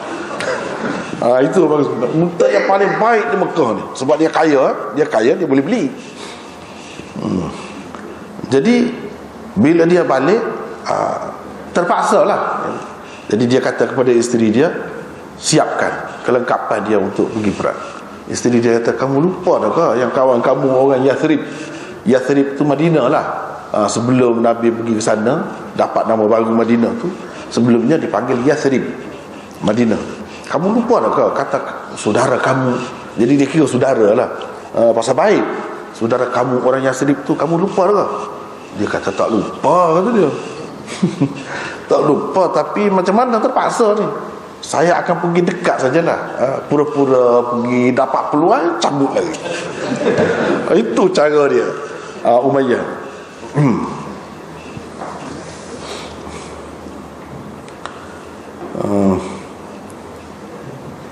Begitulah. Jadi di mana-mana dia berhenti kan, dalam perjalanan tu berhenti. Kalau orang lain dia lepas unta tu, dia pergi cari makan sendiri-sendiri. Dia tidak, dia tambak unta dia, ikat unta dia duduk dekat unta dia, tengok-tengok peluang. Kalau ada peluang boleh cabut, dia tak cabut lah. Jadi kalau unta tu pergi makan, tak tahu di mana, kena cari dulu, susah. Ni tidak, dia ikat. Jadi unta tu dia tahu dia duduk sini, bukan pergi lain. Bila dia nak cabut lagi, senang. Itu cara dia buat. Tapi dah tanda dia kan, Tuhan takdir dia nak mati juga. Inilah yang dia kata, begitulah keadaan Umayyah sehingga akhirnya ia dibunuh Allah di Badar.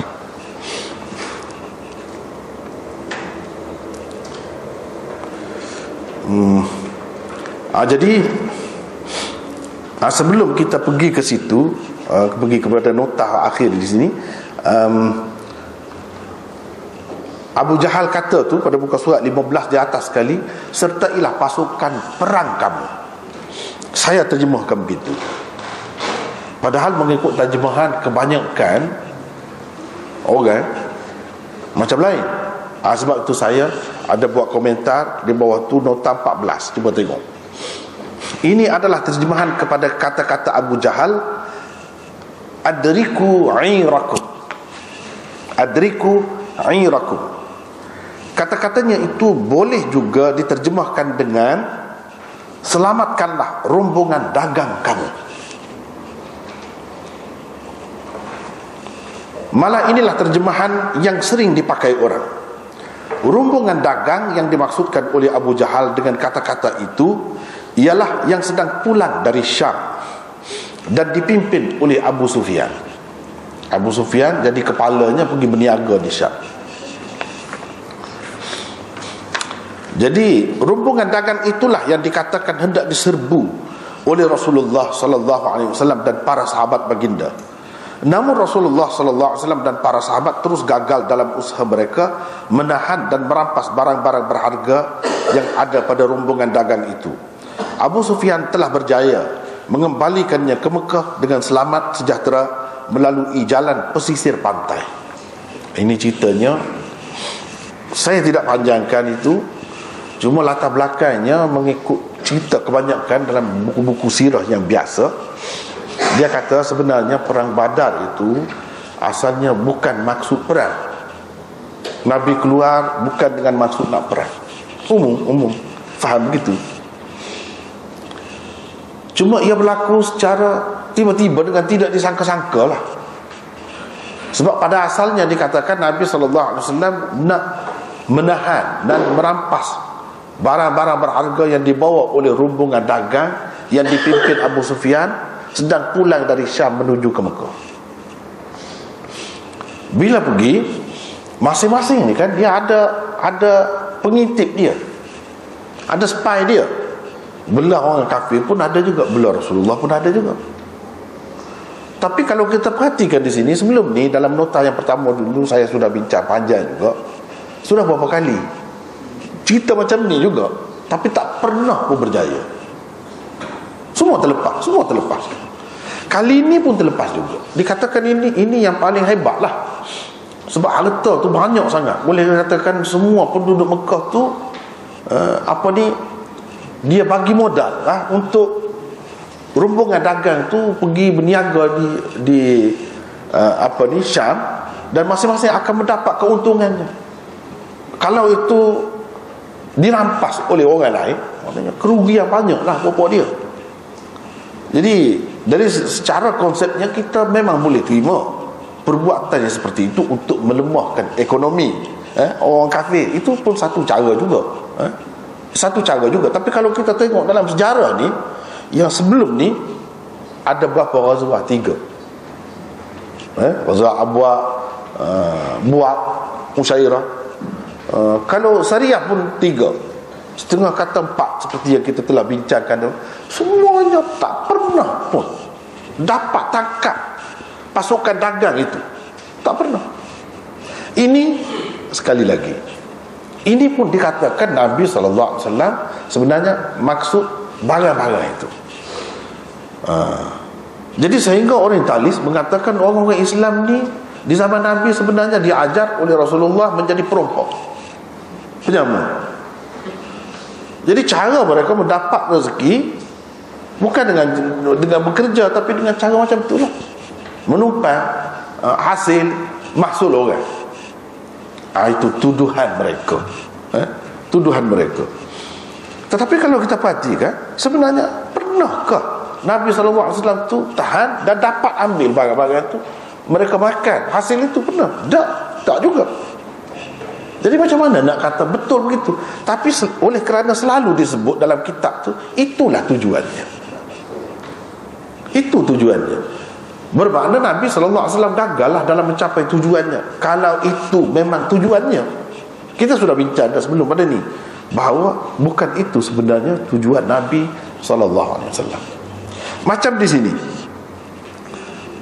Abu Jahal, kalau kita kata adriku irakum, ini sebenarnya bagi saya, dan akan datang kita ada lagi perbincangan ni, ini sebenarnya taktik musuh sebenarnya untuk memprovokasi pengikut-pengikut ni, orang-orang bawahan dia, supaya memusuhi orang Islam. Dia kata Nabi dan sahabat-sahabat ni kerjanya nak menghalang kita, mengganggu rombongan dagang kita. Jadi ini menimbulkan kemarahan. Sebenarnya tak ada pun begitu. Kalau nak sungguh dengan kebijaksanaan Rasulullah SAW tu, sekurang-kurangnya kita kata dapatlah sekali. Ini terlepas, setiap kali pergi terlepas, termasuklah pada kali ini. Jadi Abu Jahal sebenarnya nak menimbulkan kemarahan orang-orang kafir Quraisy, supaya akhirnya bertindak menyerang Rasulullah SAW, menghancurkan Madinah itu. Alasannya apa? Alasannya mereka mengganggu, gugat ekonomi kita, keuangan kita. Mereka mengganggu orang kita. Itu alasannya. Ya, sebenarnya mereka nak menghancurkan Madinah, nak menghancurkan Rasulullah SAW dan sahabat-sahabatnya. Tapi dia guna itu sebagai alasannya. Itulah sebab dia kata adriku airakum. Benar juga, tepat juga kalau kita katakan selamatkanlah rombongan dagang kamu. Seolah-olahnya rombongan dagang itu dicerobohi, hendak dicerobohi oleh Rasulullah SAW. Kononnya ada orang yang pergi cerita kepada ketua-ketua kafir Quraisy di Mekah bahawa Nabi keluar dengan maksud nak merampas barang-barang itu. Jadi cepat-cepatlah, ini cerita yang biasa, cepat-cepatlah Abu Sufyan menghantar utusannya kepada ketua-ketua kafir Quraisy Mekah supaya menghantar bantuan untuk menjaga, melindungi rombongan dagang itu. Dan kalau perlu sampai ke peringkat perang pun boleh perang. Itu katanya pergi itu. Yang sebenarnya itu alasan saja. Bila orang marah, mereka akan pergi. Bila pergi berlakulah. Ya, sebenarnya tak ada pun. Ini alasan mereka saja supaya orang marah kepada Rasulullah sallallahu alaihi wasallam. Kalau betul lah Rasulullah sallallahu alaihi wasallam nak begitu, takkanlah 7 kali tak pernah berjaya. Ini ke cara strategi ataupun tindakan Rasulullah sallallahu alaihi wasallam? Adakah macam tu lemah? Kita nampak berjaya hebat lagi Abu Sufyan. Sebabnya dia sudah tahu, dia pergi ke jalan lain. Setiap kali dia terlepas. Jadi sebab itu kita kata sertailah pasukan perang kamu. Mana kalau sampai berlaku perang pun kamu kena bersedia. Ni kita nak pergi nak membantu rombongan dagang itu. Itu alasan dia. Kalau sekiranya berlaku perang, maka kita akan berperang. Jadi masing-masing kena ikutlah. Itu kata Abu Jahal. Yang sebenarnya dia nak bawa orang kafir Quraisy tu pergi serang Madinah dan hancurkan pemerintahan Islam yang baru setahun jagung. Ini tahun yang kedua. Tahun yang kedua hijrah. Mana tahun yang pertama, tahun yang kedua baru. Dia nak hancurkan pada ketika itu lagi. Tapi alasannya itu. Banyak sekarang ni orang gunakan cara macam tu. Selalu dia guna. Sebenarnya dia tak benda lain, dia buat cerita benda lain. Orang-orang politik memang macam tu. Orang politik. Jadi Abu Jahal ni orang politik ni, jangan kita ingat dia bodoh saja. Tidak. Dia pandai cara nak provokasi. Dia pandai cara nak guna pengikut-pengikut dia sampai jadi pergi perang pun boleh jadi. Dia pandai guna. Itu cara orang politik. Masing-masing dia faham, sama-sama ahli politik. Misalnya kita kata suatu ketika dahulu, ketika ni 11 September tu kan, nak serang Afghanistan tu, mereka kata apa? Dia kata kalau siapa-siapa bantu Taliban, dia akan serang negeri itu. Semua senyap. Termasuklah yang sebelum tu memang duduk sokong, dalam keadaan orang lain tak sokong pun, Pakistan misalnya, UAE, beberapa negeri kan. Jadi dia orang Islam pun ada juga ya. Jadi walaupun dia mungkin lemah dalam beberapa perkara, tapi dalam setengah-setengah perkara tu mujur juga ada macam tu. Saya banyak perkara tak setuju, bukan setuju sangat dengan Parvez tu, Parvez Musharraf tu, tapi dalam bab ni tindakan dia tu betul. Dalam bab ni. Sebab apa? Sebenarnya mereka tu dia nak timbulkan kemarahan, dia nak tengok semangat tu macam mana. Kalau lah orang Islam ni, Pakistan itu dia sokong Afghanistan, maknanya ada alasan untuk dia pergi hancurkan Pakistan. Sebab itulah satu-satunya negara Islam yang ada kuasa nuklear, senjata nuklear. Takkan dia nak pergi sengaja, nak bagi ada alasan, dia nak tengok macam mana. Tapi Parvez buat diam, tak sokong. Jadi tak hancur. Apa sebab? Apa alasan dia nak pergi hancur ke Pakistan tu? Tak ada alasan. Sebenarnya dia nak bagi ada alasan. Itu orang politik. Sama-sama politik dia faham. Dia tahu sekarang ni kita kena duduk diam, buat bodoh saja. Di segi itu dia berjaya, bagus. Kalau tidak hancur, bukan Afghanistan saja, Pakistan juga hancur. Mana-mana negara pun hancur. Kira-kiranya begitulah. Ini semua alasan. Sama juga ni. Dia kata alasan, dia buatlah. Rasulullah dengan sahabat-sahabat dia nak kacau, nak ganggu, nak halang, nak rampas rombongan dagang kita. Jadi semua naik angin. Jadi kita pergi selamatkan rombongan dagang itu. Sebenarnya dia nak bawa orang ini pergi perang, pergi serang Nabi. Dia pergi serang Madinah tu. Begitu. Tapi yang ramainya terpengaruh, terpedaya dengan zahir yang dijajah dan dijual itu. Dia ingat betul, yang sebetulnya tidak. Tak ada pun nak ceroboh begitu. Tak ada pun. Itu alasan yang dijual oleh orang kafir. Jadi nampak baiklah dia.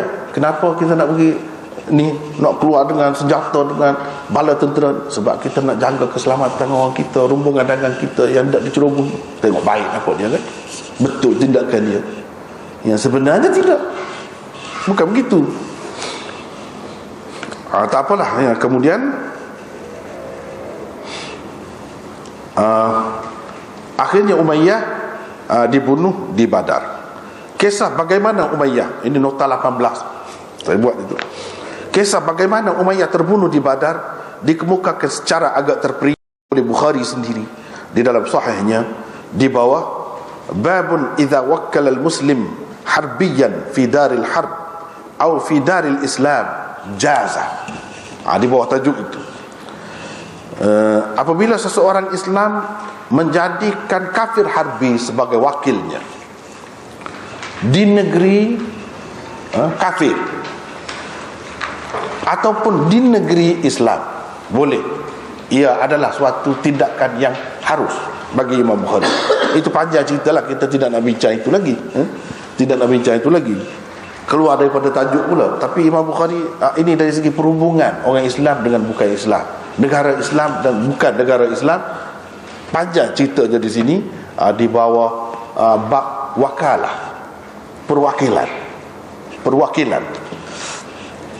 Termasuklah kalau macam sekarang ni nak jadi calon wakil rakyat, termasuk bawah ni lah, termasuk bawah ni. Lihatlah hadisnya di bawah ini lengkap dengan sanad dan terjemahannya. Imam Bukhari sendiri di tempat lain ada cerita dengan terperinci. Cukup, tak payah kita pergi kepada kitab-kitab lain, cukup sekadar ini pun cukup, nampak dengan jelas. Kita baca terjemahannya saja ya. Bermaksud, kata Abdurrahman bin Auf, ni cerita Abdurrahman bin Auf. Jadi Abdurrahman bin Auf ni baik juga dengan Umayyah ni. Bukan Sa'ad saja yang baik dengan Umayyah, Abdurrahman bin Auf pun baik juga. Semuanya ini Nabi tahu, tapi Nabi SAW tak larang.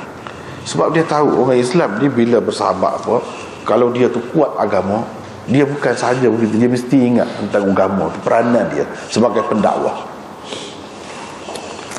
Bermaksud, kata Abdurrahman bin Auf, aku berutusan surat dengan Umayyah bin Khalaf, di mana kami saling berjanji untuk menjaga kepentingan satu sama lain. Dia berjanji akan menjaga ahli keluarga dan harta bendaku atau kepentinganku di Mekah, dan aku pula berjanji untuk menjaga sanak saudara dan orang-orang yang rapat dengannya, yakni kepentingannya di Madinah. Apabila aku menulis Ar-Rahman dalam surat, Abdurrahman, dia tulis nama dia lah, Abdurrahman. Dia berkata, aku tidak tahu Ar-Rahman. Dia tak mau terima, aku tidak tahu Ar-Rahman. Tulislah dengan mengguna namamu semasa jahiliyah. Kamu pakai nama tu, aku tak mau. Tengok dia kuat tu, semangat anti Islam tu kan. Nak guna Ar-Rahman, nama orang tu tak mau. Sebab Ar-Rahman tu siapa? Tuhan mana? Kami tak terima Ar-Rahman. Maka aku menggunakan namaku Abdul Amar. Nama dia semasa jahiliyah Abdul Amar. Abdurrahman bin Auf tu Abdul Amar. Abdur Amar, bukan Abdur, tak ada R itu, Abdul Amar, gitu saja. Dalam surat menyurat dengannya, pada hari hendak berlaku perang Badar, ketika orang-orang sedang tidur, aku keluar ke sebuah bukit untuk melindunginya, menyelamatkannya. Tengok pelik ni. Abdurrahman bin Auf cuba menyelamatkan Umayyah. Tiba-tiba Bilal ternampak dia. Teruslah Bilal pergi ke tempat perhimpunan orang-orang Ansar. Lalu dia berkata dengan suara yang kuat, Umayyah bin Khalaf tidak selamat aku kalau dia selamat. Sebab Umayyah pernah menyeksa dia, kata tu.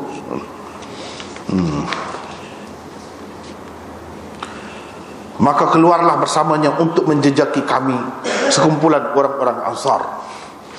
Bila aku merasa bimbang mereka akan sampai kepada kami, aku tinggalkan anak Umayyah, namanya Ali, untuk menyibukkan mereka. Jadi menghalang mereka daripada cepat sampai kepada kami. Dia bawa lari, Abdurrahman pegang tangan Umayyah tu, bawa lari nak menyelamatkan dia.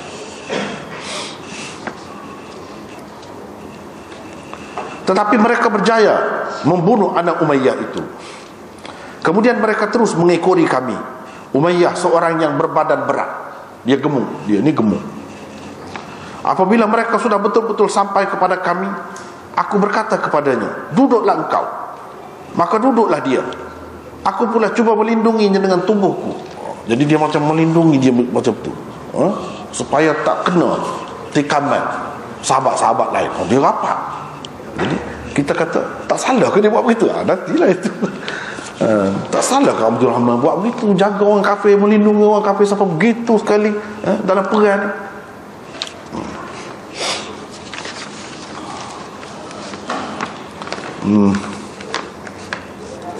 Mereka mencari-cari ruang di bawah tubuhku untuk menikamnya dengan pedang, dan akhirnya mereka berjaya membunuhnya. Dalam keadaan dia cuba nak selamatkan itu, kena juga. Pedang salah seorang dari mereka, yakni dengan tidak disengajakan, telah mengenai kakiku. Dia selalu tunjuk, kalau anak cucu dia ditunjuk, dia tengok kaki ni.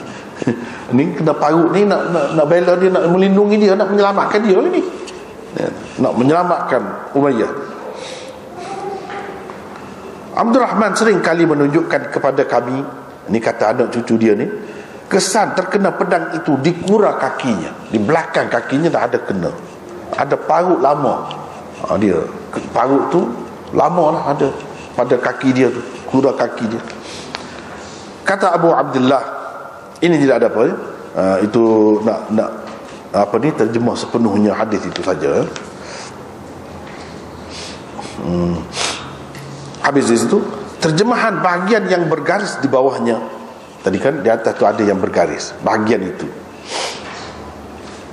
telah penulis padankan dengan riwayat Al-Ismaili, di mana beliau meriwayatkan begini: ahadtu Umayyah ibn Khalaf wa katabtuhu. Berdasarkan riwayat Al-Ismaili, ini penulis mustakhraj kepada Sahih Bukhari, Ismaili.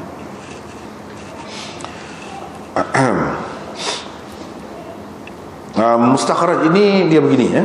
Mustakhraj ini dia sebalik kepada mustadrak. Mustadrak maknanya mustadrak hakim, mustadrak ala sahihain. Mana kitab itu ditulis dengan maksud menjejaki, mencari hadis-hadis yang tidak diriwayatkan oleh Bukhari Muslim, tetapi ia sebenarnya menepati syarat mereka berdua. Dalam Bukhari Muslim tak ada hadis itu, tapi kalau nak kira, hadis-hadis ini diriwayatkan oleh perawi-perawi Bukhari dan Muslim juga. Jadi dia cuba cari hadis-hadis macam tu, letakkan dalam satu kitab. Kitab itu dipanggil Mustadrak. Mustadrak ni jenis kitab hadis lah, sejenis kitab hadis. Jadi Mustadrak Hakim tu dia untuk hadis Bukhari dan Muslim. Kalau ada Mustadrak lain, tengoklah Mustadrak apa, kena tengok. Itu satu. Kalau mustakhraj maknanya ni macam mustakhraj Ismaili, mustakhraj Abu Awana, dia lain pula. Mustakhraj ni gini, hadis tu hadis yang kalau mustakhraj Ismaili, mustakhraj ala Sahihil Bukhari misalnya, bermakna dia cari sanad yang lain untuk hadis-hadis yang sedia ada dalam Bukhari. Itu dinamakan mustakhraj. Hadis itu ada dah, hadis Bukhari lah, cuma kalau ada sedikit sebanyak perbezaan melalui sanad yang lain pun disebutkan. Itu dinamakan mustakhraj.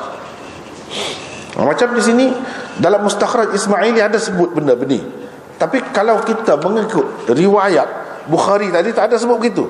Katabtu Umayyah bin Khalaf kitaban, katab tu saja, mana saya berutusan surat saja. Sebenarnya dalam riwayat Ismaili bukan sekadar berutusan surat, tetapi saling berjanji untuk menjaga kepentingan satu sama lain. Itu maksud ahad tu. Itu ada dalam mustakhraj Ismaili. Mana asasnya untuk mengesan, menjejaki hadis Bukhari lah juga. Dia ada ini. Sebab itu saya gunakan kedua-dua, yang Bukhari dan yang riwayat Ismaili. Kalau begitu dia ada seperti yang saya terjemah tadi lah. Saat aku berutusan surat dengan Umayyah bin Khalaf, di mana kami saling berjanji untuk menjaga kepentingan satu sama lain. Dan janji itu orang Islam kena tunai, kena jaga. Janji dengan orang kafir sekalipun. Orang kafir pun begitu juga, yang baik-baik itu begitu juga. Inilah yang berlaku.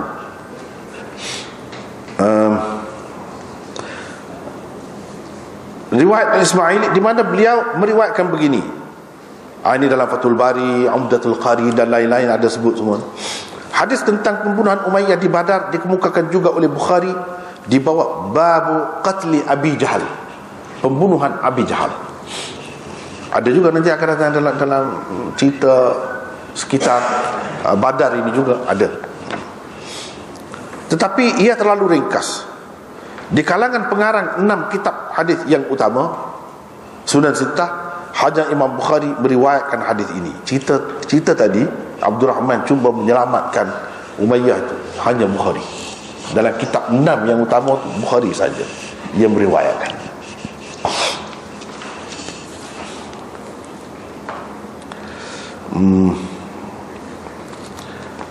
Baiklah, Umayyah bin Khalaf memang terkenal sebagai salah seorang musuh ketat Islam semasa Rasulullah sallallahu alaihi wasallam dan para sahabat berada di Mekah. Kisah penganiayaan dan penyiksaannya terhadap Bilal disebut oleh hampir semua penulis kitab-kitab sirah. Antara penyiksaan yang pernah dilakukannya, macam tadilah yang kita sebut tadi, dia letak batu besar tengah panas. Dia kata, kamu kena tinggal agama Muhammad, kalau tidak kamu akan disiksa begini terus. Macam tu. Kemudian dia ikat leher Umayyah dengan tali, dan dia bagi tali itu kepada budak-budak jahat supaya bawa lari. Bila terhantuk kepala Bilal itu dengan batu besar, dia ketawa puak-puak dia. Itulah ni Umayyah lah. Kerja Umayyah lah macam tu. Bagaimanapun, tidaklah dia seorang kafir yang langsung tidak boleh dipercayai dan tidak boleh dibawa berunding. Tidak juga dia ni. Dia berbeza dengan Abu Jahal. Kisah persahabatannya dengan Sa'ad bin Mu'adz dan Abdurrahman bin Auf tercatat dengan jelas di dalam kitab Sahih Bukhari sendiri. Lihatlah bagaimana Abdurrahman bin Auf cuba menyelamatkannya dan melindunginya dari dibunuh oleh para sahabat dalam peristiwa Badar yang dikemukakan tadi. Semua itu dilakukan oleh Abdurrahman tidak kerana lain melainkan untuk membalas budi baiknya dan kesetiaannya dalam menjaga janji-janji yang telah dibuatnya untuk menjaga sanak saudara dan kepentingan Abdurrahman di Mekah. Abdurrahman bin Auf ni bila dia nak pergi berhijrah ke Madinah, orang kafir Mekah tak benar dia bawa anak dia pun tak benar. Ada isteri tak benar pergi. Keluarga dia halal lah, harta memang dia kaya, tak dibenarkan bawa langsung. Kalau kamu nak pergi, kamu gila sangat dengan Islam, pergi selai sepinggan. Gitu kata orang kafir. Abdurrahman tinggal pergi. Dia pergi berjumpa dengan Nabi, pecah-pecah muka ni, mulut, kaki dia, padahal dia seorang yang kaya.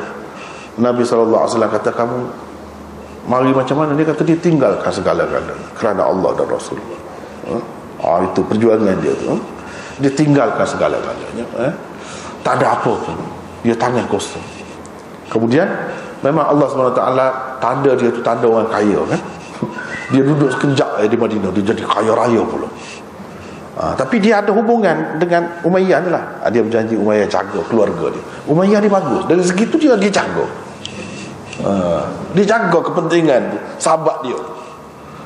Jadi Abdurrahman sentiasa dari semasa ke semasa dia bertanya khabar lah tentang keluarga. Memang dijaga dengan baik, tak ada orang yang ganggu, sebab dilindungi oleh Umayyah. Dia ada kebaikan dia juga.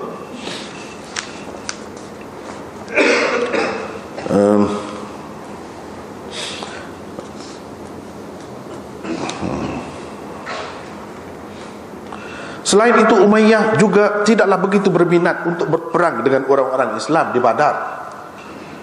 Dia sebenarnya seperti tersebut di dalam hadis Bukhari di atas, sentiasa mengintai peluang untuk melarikan diri dari terlibat dalam peperangan. Mungkin sekali Abdurrahman bin Auf telah mengetahui keadaannya yang dipaksa menyertai peperangan itu. Atas alasan itulah Abdurrahman cuba menyelamatkannya.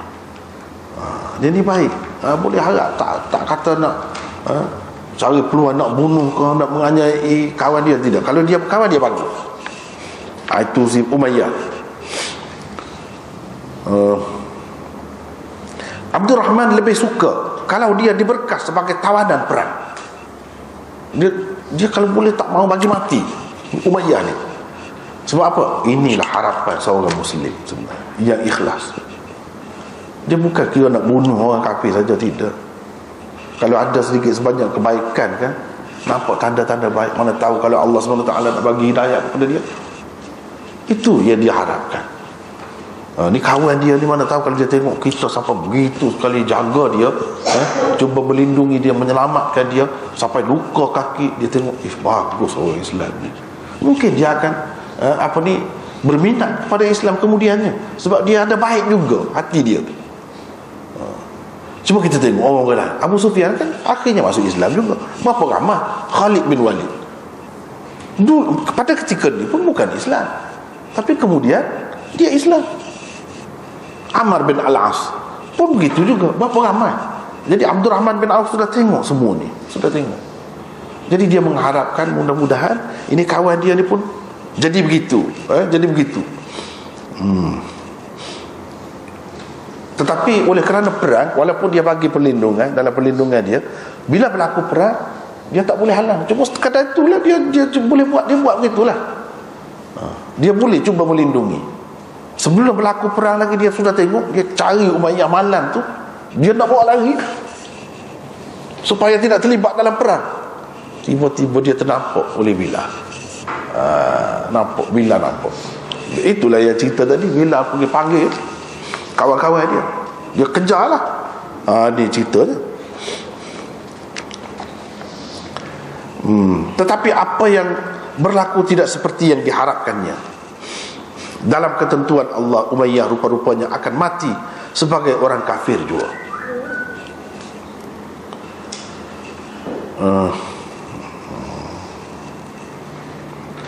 Kemudian itu tak ada apalah. Yang seterusnya tu, siapa yang bunuh dia sebenarnya, yang terlibat bunuh dia, siapa yang bunuh anak dia itu cerita ahli sirah lah. Itu tak kisahlah, walau bagaimanapun dia matilah. Jadi tepatlah apa yang pernah diramalkan oleh Rasulullah SAW dahulu, mereka akan membunuh engkau. Mereka tu siapa? Jelas sahabat-sahabat Rasulullah SAW dalam perang Badar. Dan ini berlaku dalam perang Badar, ada kena mengena dengan peristiwa Badar. Itu sebab Imam Bukhari letak di awal, sebab dia ada kaitan dengan ramalan Nabi SAW.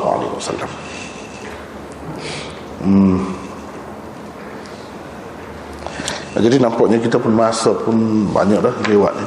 Tak sempat nak baca kesimpulan itu, pengajaran itu.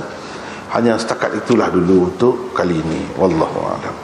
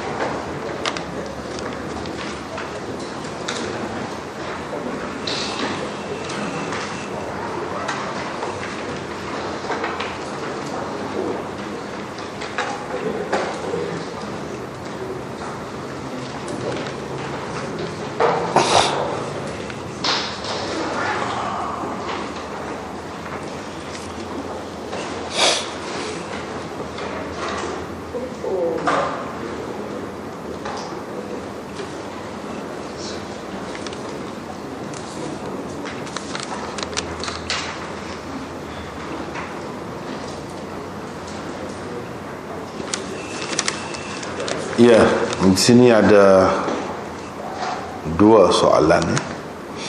Apakah status hadis ini diriwayatkan oleh Muawiyah yang berkata, aku melihat Nabi, ini Nabi Muhammad, menghisap bibir atau lidah Hasan bin Ali semoga dosa kepada Allah atasnya. Apa ni, saya tak faham. Semoga dosa kepada Allah atasnya, kerana tidak ada lidah atau bibir yang menghisap Nabi yang dihisap Nabi gitu, akan disiksa oleh api neraka. Hadis ini telah digunakan oleh musuh-musuh Islam untuk menyerang peribadi Nabi SAW yang mulia dengan menuduh Nabi SAW seorang homoseksual dan gay. Mohon pencerahan. Jika hadis ini sahih, bagaimana cara untuk menjawab tuduhan-tuduhan tersebut? Yang kedua, apakah status hadis menuntut ilmu sampai ke negeri China? Ada yang mengatakannya maudhu', namun ada pula yang mengatakan hadis ini dhaif, bukan maudhu'. Mohon pencerahan Maulana, terima kasih.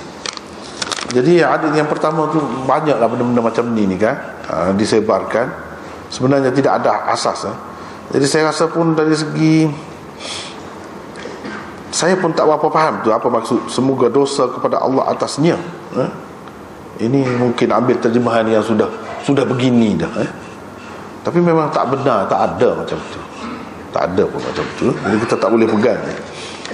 Biasanya orang yang menyebarkan benda-benda macam ni, dia tak sebut riwayat itu. Tapi macam sini tak ada sebut riwayat. Jadi memanglah tercemarlah image Rasulullah sallallahu alaihi wasallam dengan cara begini. Walaupun kita kata cucu dia, sebenarnya lebih dahsyat lagi daripada ini pun ada. Lebih dahsyat lagi, iaitu Nabi sallallahu alaihi wasallam kucuk bibir anak dia Fatimah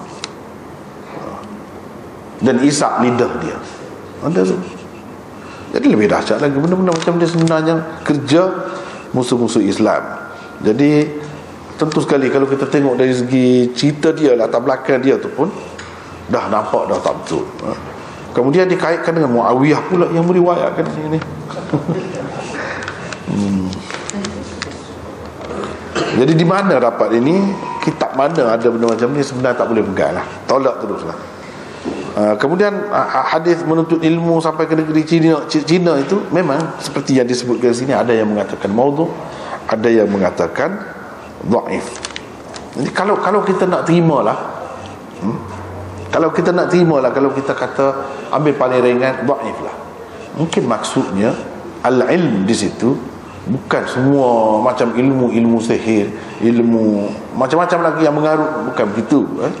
Ilmu ni maksudnya ilmu agama, ilmu yang Nabi SAW bawa lah. Sekiranya tak ada di tempat lain, ada di negeri China, katakanlah, kamu kena pergilah. Kamu kena pergilah. Mungkin itu maksudnya. Mungkin itu maksudnya. Jadi kalau tak orang pakai, tak payah pakai lah senang. Kalau kita nak cuba cari yang mungkin ada kebaikan dia lah, maksud Nabi itu tidak bercanggah, itulah paling tinggi pun.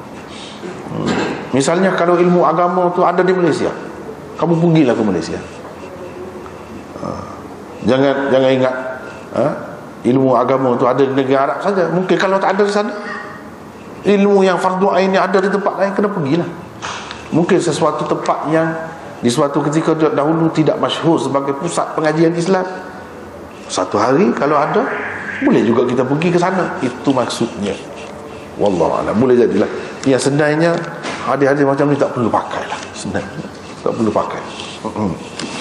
Itu kalau kita nak cuba takwil, nak cari mungkin ada kesesuaiannya, mungkin ada sudut-sudut yang boleh kita pakai, gitulah, sekadar tu saja. Wallahualam.